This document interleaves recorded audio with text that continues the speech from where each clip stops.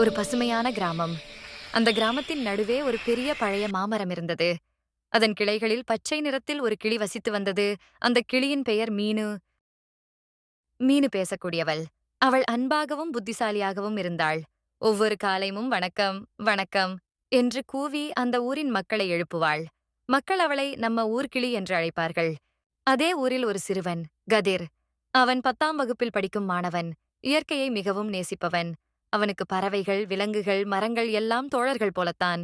ஒரு நாள் பள்ளிக்கு செல்வதற்காக கதிர் அந்த மாமரத்தின் வழியாக வந்தான். அவன் மரத்தின் மீது ஒரு அழகான பச்சை கிளி அமர்ந்திருப்பதை பார்த்தான். கிளி வணக்கம் என்று கூவியது. கதிர் அதிர்ச்சியாக வணக்கம் என்று பதில் சொன்னான். அந்த நொடியிலிருந்தே அவர்களின் நட்பு தொடங்கியது. அதன் பிறகு தினமும் கதிர்காலை பள்ளிக்குப் போகும் முன் மீனுவுக்காக சிறிது அரிசி, பழம், தண்ணீர் எடுத்து வந்து வைப்பான். மீனு அதை மகிழ்ச்சியுடன் தின்று நன்றி, நன்றி என்று கீச்சிடும். இருவரும் ஒருவிதமான மனப்பிணைப்பு கொண்டிருந்தார்கள்.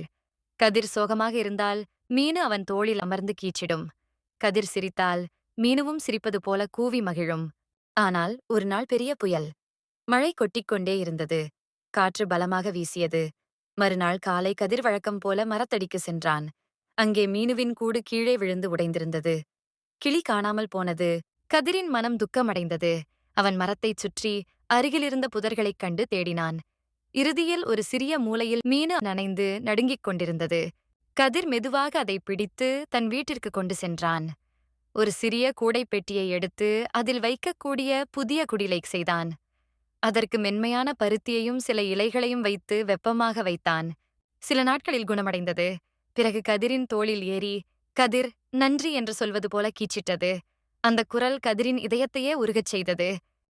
அந்த நாளிலிருந்து கதிரும் மீனுவும் பிரியாத நண்பர்கள். கதிர் பள்ளிக்கு போகும்போது மீனு அவன் பையில் அமர்ந்து செல்வது வழக்கமாகிவிட்டது.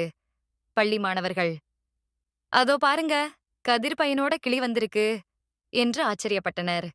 மீனு பல வார்த்தைகள் கற்றுக்கொண்டது. வணக்கம், நன்றி, கதிர் நல்லவன், அன்புதான் வாழ்க்கை.